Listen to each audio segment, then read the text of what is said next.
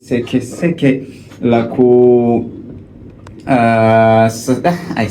mambo mengine ya jamani, unabaki tu unawaza afu upate hata majibu kwamba mwamba alikuwa na mwamba alikuwa amewaza kipi au alikuwa amefanya, alikuwa anafikiria kufanya kipi kwa kitendo cha ku hivi. Unajua kwanza ni hata ile kwamba ndio umekaa hapo umeshusha nguo yako yani kitendo kwanza cha kumshushia tu nguo yako mtoto afu muoneshe maumbo yako unajua ni eka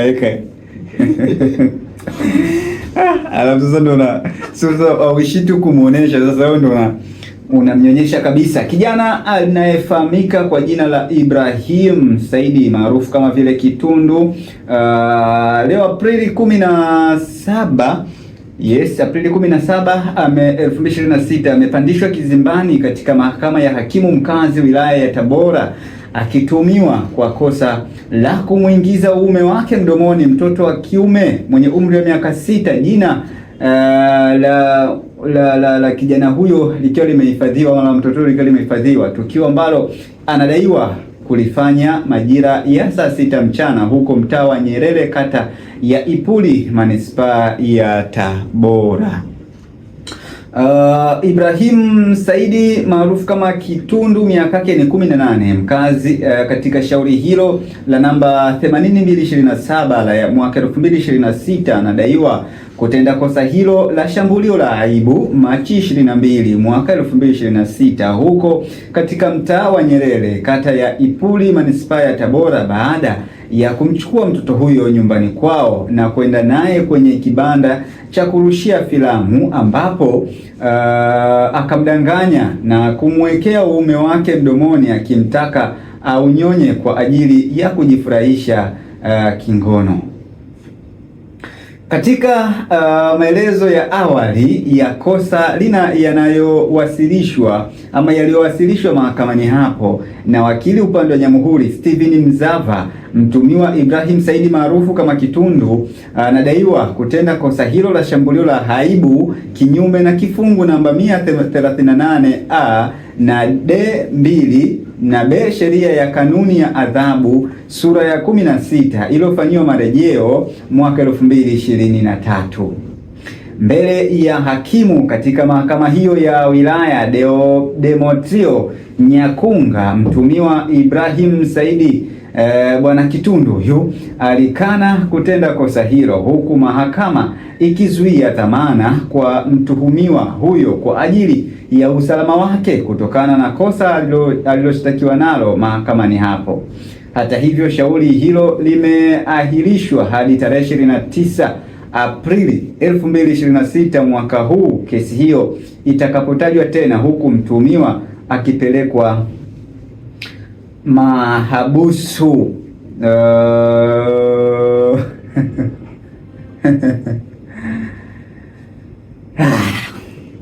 Ndugu yangu, nilijaribu sana hii wakati tukio linatokea, nilijaribu sana kuwaza, alafu hapa leo wakati naipitia tena hii nikakumbuka na ile story ambayo tulikuwa nayo jana, alafu tukaweza kuizungumzia yule bwana ambaye ameweza kumbaka bibi kikongwe mjane kwa kumnunulia soda, ananunulia soda alafu baada ya hapo akambaka.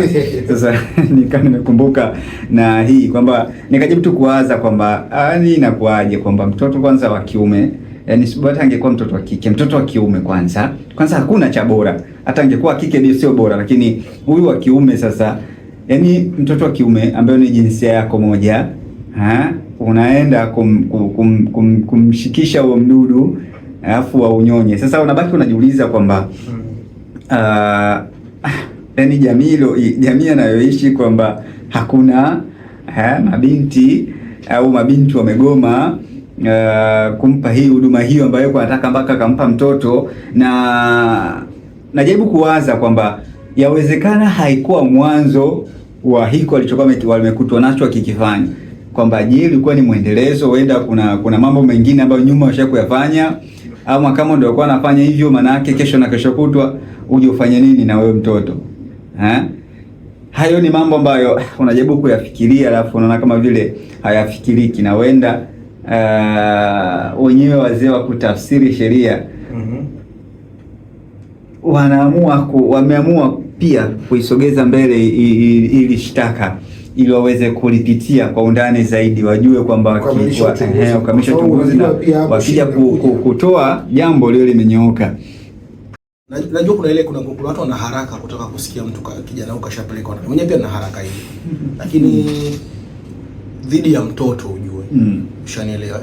Ingekuwa ni kesi ya kubaka, kuna tofauti kidogo, kwa sababu kesi ya kubaka ni amua daktari and report ya daktari itakuja na majibu kionyesha kwamba kuna vitu ambavyo viko sawa katika maeneo fulani, basi inasemwa kwamba huyu ndo mtu amefanya. Sasa hili tukio la huyu kuchukua sehemu za nyeti kuziweka kwenye mdomo wa mtoto, kupata huo ushahidi, labda kama alifanya kile kitendo kamalizia pia huko ndani na ikaonekana pia, basi huyu manake huko akimweka ndani hata kupata dhamana huyu apati dhamana pia kwa sababu ya usalama wake, si tu kwa kosa alilofanya, ila apati dhamana. Huyu akirudishwa mtaani, niambie bwana kidani anaitwa tena Kitundu. Kitundu. Kuna Kitundu akirudishwa mtaani, bwana Kitundu atoboi, kwa sababu tutamfanya kitu kibaya.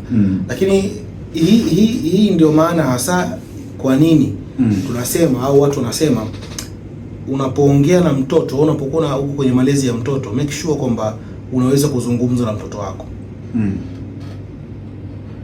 Kuna dhana moja tunaamini watoto hawana akili.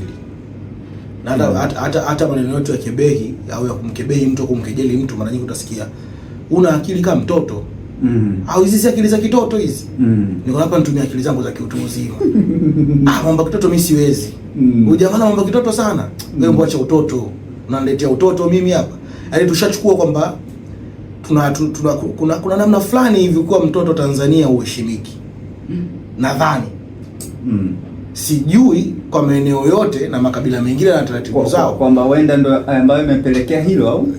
Kwa nini nasema hivyo? Kwa sababu mtoto unapomchukulia hivyo manake hawezi kuongea na wewe. Kukueleza. Na wewe huwezi kumueleza pia akaelewa, kwa sababu hadi unavyomuelekeza chukua hii, unajua sababu mpaka mtoto anakuangalia. Hivi usha kwanza akili ya mtoto inafikiria unapomfanyia buju jomba anakuonaje? Hivi usha kwanza hicho kitu. Mtoto anakuona jamani au huyo. Ambaye kwa busy na shughuli zake. Kama kamelala kenyewe anakuja mjomba mtu sijui buju machafu. Toto ja. Na muda mwingine unapiga king'ora.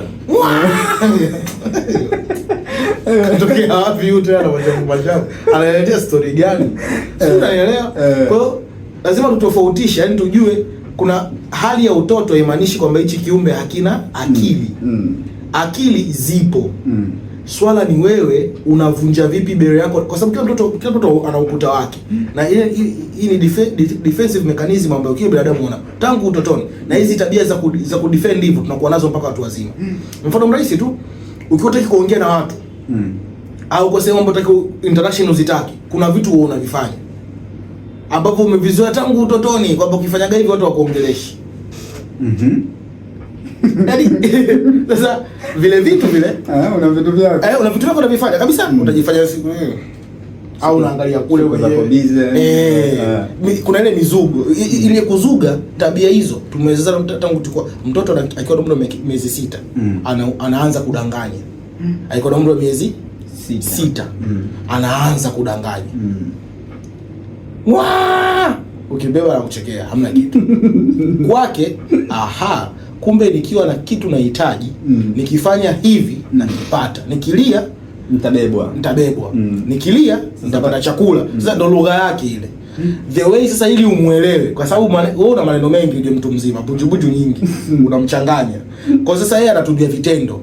Kwa sababu anajua kitendo hiki matokeo yake ni hiki. Kwa mfano mtoto ukimwambia moto ndio anafanya kwa sababu wewe anakuwa unavyo ana akili. Issue tu ni hiyo kujieleza, kujiexpress. Ndio maana tunaenda shule sio kusoma, unajifunza hivi kwa mtoto anaenda shule kufundishwa akili. Ushasikia njoo tukuze akili ya wewe, njoo upate akili. Una shule ya msingi elimu inataka tu kukufundisha ufahamu na kujieleza. Yaani ufahamu vitu na uweze kujieleza. Ufahamu na ndio maana tunaenda miaka 10 sasa. Ukichoka upate ufahamu wa vitu. Yaani na ufahamu huo unakujaje kwamba ujue hili ni gari, ujue jua. Ili uelewe, yaani upate ufahamu wa hivyo vitu na mechanism, kwa sababu ukisoma hiyo elimu shule ya msingi kupitia vitabu vya watoto, unafundishwa vitu basic, yani zile nadharia ni nadharia basic ya vitu vinavyofanya kazi, kupata ufahamu. Lakini wakati huo mtoto aweze kujieleza. Kwa hiyo tunaamini kwamba akifikisha umri wa miaka 14 ambao ndio unamaliza darasa la 7 siku hizi, wakianza na miaka 7, wakimaliza baada ya miaka 7 ni 14 hiyo, kwamba akiwa na umri huo au 13 au 12, huyu mtoto ana uwezo wa kujieleza na ufahamu. Tutamwita mtoto kwa sababu yuko chini ya uangalizi wa wazazi ama walezi na kiume. Na ukifikisha miaka 18 wewe sio mtoto tena. Miaka 18 wewe si mtoto. Yaani kama ulikuwa umekaa mpaka sasa hivi nimekuwa ni baba hapa nyumbani wewe uniheshimu, wewe sio mtoto, wewe ni mtu mzima. Miaka 18 hatutaongea na wewe, na ndio maana tukifanya kosa la jinai miaka 18 unaenda ndani. Ukifanya chini ya utafungwa na watoto. Miaka 18 utakuleka kwa wakubwa kule. Wewe enda jela wakubwa, mlaga jela wakubwa, jela ni jela tu. Kwa miaka 18 wewe ni mtu mzima, unaweza kufanya maamuzi na kujisimamia. Kabla ya hapo, huyu mtoto unavomlea, unavokuwa naye, mfundishe mwanao jinsi ya kusema na kueleza. Kwa nini tumezungumza yote haya?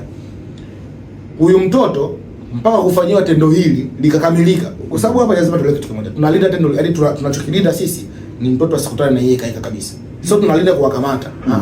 Anajua kumkamata mtu ni option ya mwisho. Prevention kwanza, kinga kwanza. Yaani tumepunguza ajali au tumezuia ajali, zimepungua ajali 10, zimebaki ajali 5. Tunatakiwa tuhakikishe kwamba hazitokei. Zikitokea ndo ajali. Isipotokea sio ajali. Kwa isitokee mtoto akafanyiwa hivi. Sasa huyu mtoto atawezaje kutokufanyiwa hivyo? Kwa sababu tukumbuke hapa, tunasema mtoto, na mahakamani ukienda ukimfanya mtoto kitu kibao ukamdanganya mtoto kwa akili, ndio baada kule zile kesi za mirathi wanaulizwa kwa wa miaka mingapi ulikokubali hiyo mali kuuzwa, si ndio? Maana yake wanatafuta mtu mzima, mtu ambaye alikuwa na akili za kiutu uzima, akili timamu za kiutu uzima, kwamba huyu ndio alisababisha hili. Huwezi kumwambia mtoto wa miaka 4 ya kuuzia kiwanja au shamba aliacha baba yake, ukaingia mkataba mtoto wa miaka 4, watu watakushangaa. Narudia tena, sio kwa sababu hana akili, ila ufahamu wake na uwezo wa kujieleza bado hajafikia hatua hiyo, hajapata chance hiyo. Mwacheni, akipata nafasi ya kujieleza na akawa na ufahamu, mtamuuliza masuala ya uze hivyo vitu ili afanye maamuzi yake mwenyewe. Kwa katika ule umri mdogo, sio mtoto miaka 2, 3, 4, 5 na kuendelea mpaka kufikia umri huo ambao kidogo tunasema sasa ni mtu mzima, ila huko utotoni huko utakapompa mwanao hizo nyenzo, ana uwezo kumwambia mtu hiki ni kibaya, hiki ni kizuri. Kwa hata tukio baya uzuri lisimtokee kwa sababu tu wewe unavozungumza naye. Mfano, mtoto akivunja kikombe, dawa si kumpiga wala kumfokea. Kuna mama mmoja aliyoniambia hicho kitu mtaani kwetu kule. Mtoto alidondosha, tena kudondosha, alikosa kudondosha. Foka sana ule mama. Wewe si wa wenzetu wa Kiafrika. Baba yako atavuja. Baba yako atadudua. Umevunja tu. Nivunje na mgongo nimekwambia. Njoo vunja na hii nyumba kikombe kimoja shehe. Ule mama akamuuliza yule mama mwenzake, sasa wewe mtoto hata haijafika chini hajadondoka, kawaida kaidaka. Wewe hiyo simu yako unayoitumia ushadondosha mara ngapi? Mtu aliwahi kukufokea? Hiyo simu yako unayotumia hiyo ushadondosha mara ngapi? Kuna mtu akashia kukufokea hata siku moja akwambia wewe unadondosha simu. Unavunja na joli uliponunuliwa. Nani ashakuuliza hicho kitu? Basi achana na hiyo simu. Wewe katika chupa zako za soda ngapi ushavunja wewe mtu mzima? Wewe kama wewe ushakufokiwa, kupigwa kwa ajili ya vitu kama hivyo. Yaani wewe mwenyewe kikidondoka unachukulia bahati mbaya. Sasa kwa nini kwa mtoto? Sasa mtoto unapofanya hivyo kwa malezi hayo, mtoto anakuwa anaficha naye. Hata kikitokea kitu, akili yake ya kwanza ni kwamba nikienda kule, ushakutana mtoto ambaye na mimi kitu siipendi. Mtoto ambaye either katoka shule kuna makosa, ama anajua nyumbani aliacha makosa. Unamkuta yuko kituoni tu kwa ile kituo cha daladala, anaenda anarudi. Alafu kuta mzee anajisifia, mimi mwanangu akifanya makosa haingii ndani, ananijua haingii hapo ndani. Hayo maisha unayomkuza, matokeo yake atakuwa hawezi hata kusema pale ambapo anapata tabu kama hizo. Ushanielewa? Atakuwa anafukia kwa sababu anajua baba atapayuka, baba atanipiga. Atafika sehemu atabalanishwa kwenye mfumo kama huu wa nyeti mdomoni, atashindwa kukataa, akiamini nikikataa nyumbani ninavyoambia kitu nakataa napigwa. Kwa hata ili siwezi kulikataa. Kwa sababu unavyosemaga nyumbani nikiambia kitu na vitu vyote make sense. Nitakupiga ukakataa, nitakupiga. Kwa mtu mzima atakimuta hivyo. Anaamini kwamba hapa pia nikimkatalia atanipiga na ule uoga. Cha kwanza. Ile nidhamu ya uoga yampelekea afanye vile. Lakini mbaya zaidi ni kwamba mtoto kama ukimrubuni kidogo tu anaingia line. Kwa sababu hajiamini. Anaishi kwa kudanadanda. Kwa hiyo ukimdanganyia tu pipi, atafanya vile ambavyo wewe unataka. Matokeo yake sasa mwanao ataingizwa kwenye matatizo kama haya. Atafanywa vitu kama hivi. Matokeo yake sasa hivi tunachokifanya hapa kwa mfano kama bwana Katundu huyu alichokifanya bwana Katundu alichokifanya hakupaswa kukifanya. Yaani hakupaswa kwa mazingira ya malezi ya kawaida kabisa. Ule mtoto haikupaswa mazingira atokee mpaka huyo mtu kubaki na Katundu kwa mazingira hayo. Huyo mtoto haikupaswa iwe hivyo kabisa. Lakini kwa sababu ndio imeshafika hatua hiyo ndio tunaanza kusema hapa Katundu sio atapata dhamana hata. Lakini haikupaswa kuwa hivi. Sio kwamba Katundu hakupaswa kufungwa. Katundu hakupaswa kupata chance ya kumfanyia mtoto hivi kwa sababu ya malezi ya tunawapa watoto wetu. Mfundishe mwanao kujihami, kujieleza, kujitambua. Ana akili huyo. Issue tu ni maneno yake kuyapangilia. Msaidie. Kauli nzuri, upole. Huyo ni binadamu, bali ni binadamu kama wewe. Issue tu kwamba umbo lake dogo labda unaona sio akili zake ni ndogo. Yaani kwamba akiwa na umbo dogo inamaanisha akili pia ni ndogo. Kuna mbunge mmoja marehemu sasa hivi aliwahi kutoka nje ya nchi, akarudi hapa, akalalamika sana jambo moja. Akasema